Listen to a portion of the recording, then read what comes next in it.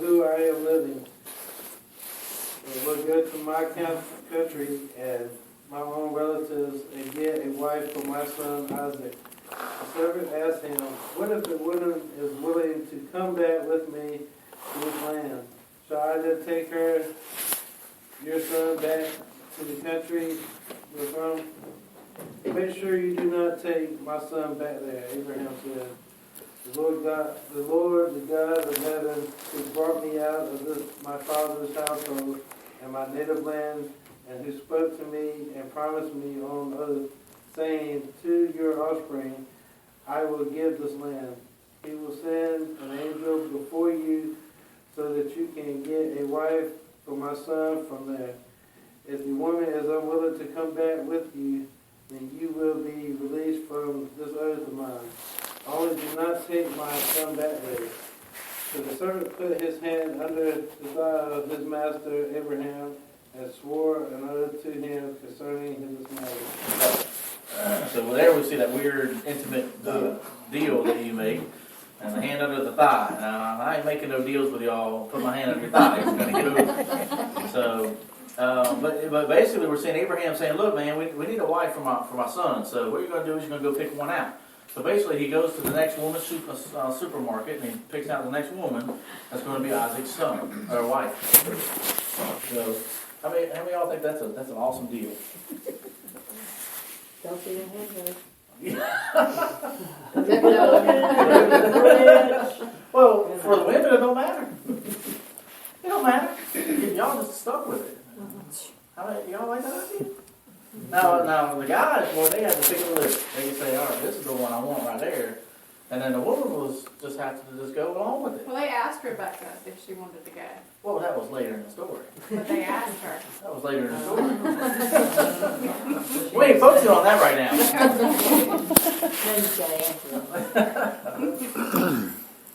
But she came out and gave him some water, Abraham some water, and then watered his camels. Mm-hmm. That was his son. That was the one. Yeah, that's what we're actually going to look at that. So this was basically the charge and the duty of the servant of Abraham to go and find this woman for Isaac. And so really what we're seeing here is that Isaac is soon going to get a wife that he's never seen, doesn't know anything about. But then same thing with the woman. The woman doesn't know anything about the guy, doesn't know who he is or what he looks like or any of that stuff. But these two are supposed to get married. Doesn't that sound like a cool deal? Have shows on TV like that, but they're white. Yeah, they got shows. Yeah, well, those are weird shows anyway. Cool. All right, so we're picking up verse 10, and we'll say, say 10 through 20. 10 verses. Then the servant left, taking with him 10 of his master's camels, loaded with all kinds of good things from his master. He set out for Aram the Haraim and made his way to the town of Nahor. He had the camels kneed down near the well outside the town. It was toward evening, the time the women go out to draw water. Then he prayed, Lord, God of my master Abraham, make me successful today and show kindness to my master Abraham. See, I am standing beside the spring, and the daughters of the town people are coming out to draw water. May it be that when I say to a young woman, please let down your jar that I may drink, and she says, drink, and I'll water your camels too. Let her be the one you have chosen for your servant Isaac. By this I will know that you have shown kindness to my master. Before he had finished praying, Rebekah came out with her jar on her shoulder. She was the daughter of Bethuel, son of Milcah, who was the wife of Abraham's brother Nahor. The woman was very beautiful, a virgin. No man had ever slept with her. She went down to the spring, filled her jar, and came up again. The servant hurried to meet her and said, please give me a little water from your jar. Drink, my lord, she said, and quickly lowered the jar to her hands and gave him a drink. After she had given him a drink, she said, I'll draw water for your camels too, until they have had enough to drink. So she quickly emptied her jar into the trough ran back to the well to draw more water and drew enough for all his camels. Okay, so that was the deal, the sign. So the servants prayed to God, hey God, if there's a woman here that you want to set apart for Isaac, then this is specifically the deal that needs to be made. She's going to draw the water, and she's going to offer my camels to drink also, all this kind of stuff. And sure enough, before he had even finished praying the prayer, here she is coming out, offering him, drawing water, offering water, and then she's willing to water camels, all that kind of stuff. So, do you think this was pretty much God's hand involved in this, or do you think it was just a random happenstance? It's definitely. All right. So we're seeing some involvement here, where God's will is trying to be accomplished. All right. So let's look at verses 21 through 27. But how many times have we ourselves prayed that? Say, God, give me a sign, or just show me that, help me do the right thing. And of course, He did here, but a lot of times He don't to us. But sometimes He does, and we don't even realize it. Well, He probably does every time. We just don't recognize it. Yeah. Sometimes we have to have a brick fall on our heads. Yeah. I mean, Well, see, and sometimes I don't think we're specific enough. A lot of times we'll come to God and say, God, give me a sign, right? And then sometimes either he'll show us something, and then we won't recognize it, and won't acknowledge it, or won't do something, or in the middle of the night we'll stub our toe and say, oh, that's the sign of God. Well, was it? So sometimes we're just not specific in our prayers. And here we had a specific. This was the sign. It was, hey, if this woman does this in this order, then we know this is straight from you. And so it was pretty much irrefutable. This was God saying, this is the woman you need to go ahead and pick. So anybody want 21 through 27? Without saying a word, the man watched her closely to learn whether or not the Lord had made his journey successful. When the camels had finished drinking, the man took out a gold nose ring weighing a becker and 2 gold bracelets weighing 10 shekels. Then he asked, whose daughter are you? Please tell me, is there room in your father's house for us to spend the night?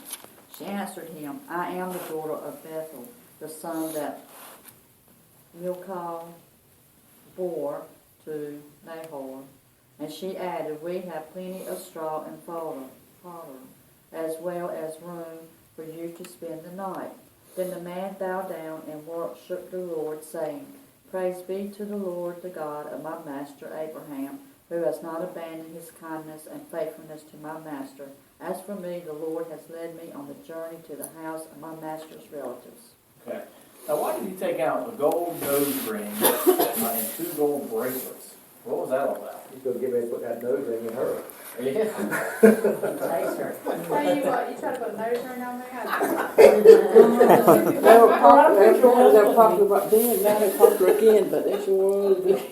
Yeah, they weren't doing that back then. They're doing it now. Well, they got already Probably did. wouldn't be. I'll be laid out somewhere. I mean, you didn't see it like you do today. Well, yeah, it was basically the trophel. Was that how you say it? The trophel. Is that it? I don't guess. We didn't see it then. I don't know. Yeah. I don't think there's a whole lot going on there. We didn't see it so much unless it was talking about it I anyway. guess so. Betrothal. All right. So see, it was my fault. I was setting you up for it. So all right. So betrothal. It was basically this idea that if you had went ahead and had a golden nose ring in and bracelets on your wrists, then you were considered basically taken. It was your sign of engagement. Is basically what it was. So see, ladies, you should be thankful for the way the engagement processes work today. Now you don't have to worry about a little ring on the finger. The ring is a little better than the nose. Yeah, it's a little bit. Well, that way everybody can see. Now they can't. You don't see the girl back there. That's right. Yeah. They don't say girl. They say young lady always. They don't really say girl. You see girl in your. All right. Let's see. Now Unless they say young lady when they say girl. We're going to skip over this section. It did in the part you read say girl, and that's why. Because again, like I said, this whole section that we're skipping is a repeat. It's 24. everything that's just happened. The servant is now explaining this to the household. And so he's saying, this is why I believe that the Lord how he has sent me here, and this You is said God young lady, intervening. young He's lady. saying because of I this, remember when and you he's read just that. recounting the story that just happened. So now we're picking up in They didn't say verse 54. So we'll read 54 through 67. So either A, somebody can take the whole thing, or you can just start reading and stop where you want to.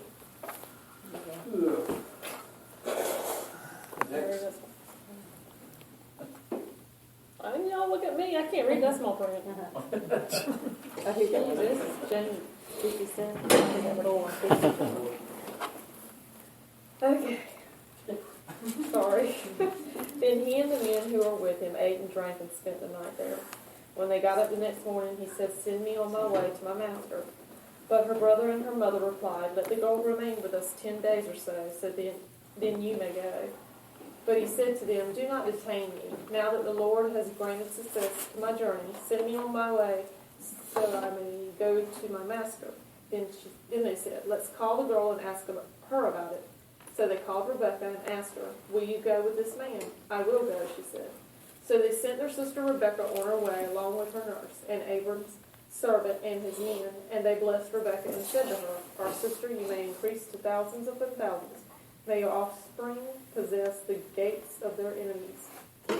Then Rebekah and her maids got ready and mounted their camels and went back with the man. So the servant took Rebekah and left. Now Isaac had come from Beer. Yeah. For he was living in the Negev. He went out to the field one evening to meditate, and as they looked up, he saw camels approaching. Rebekah also looked up and saw Isaac. She got down from her camel and asked the servant, "Who is that man in the field coming to meet us?" "He is my master," the servant answered. So she took her veil and covered herself. Then the servant told Isaac all he had done. Isaac brought her into the tent of his mother Sarah, and he married Rebekah. So she became his wife, and he loved her, and Isaac was comforted about his mother's death. Okay. Yeah, when he first meets her, he didn't actually see her face. You know, she covered it with veil. Just married her, yeah, didn't. Yeah, open her up like a box of chocolate. No. Don't get. Well, and see, that's how Laban tricks Jacob, because Jacob, he's going and he's looking for a wife, and what happens is the first wife that's given to him, he's thinking that that's Rachel that he's wanting, but it's actually her sister, and it's because her face is covered. So he's marrying her, not knowing who it was, and I mean that's kind of their customs and traditions. My father used to say, looks aren't everything, but it sure does help if you gotta look at them every day.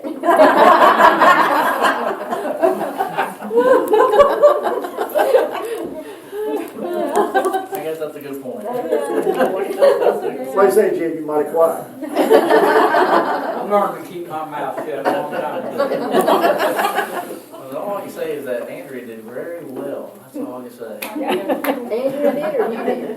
Well, okay, maybe I did. We still don't know how you done it, but good. Smooth, bud. He frapped her over the head. All right, so We did find out one thing though. what's that? If you use a gold nose piece, you wouldn't went with. That's exactly. All right, so that was the deal, all right? But why is it that all of a sudden the brother and the mom come out and says, "Oh, well, hold on, just give us 10 more days." So what's the deal with that? More. They want daughter to leave or sister to leave. They want to hang out a little bit.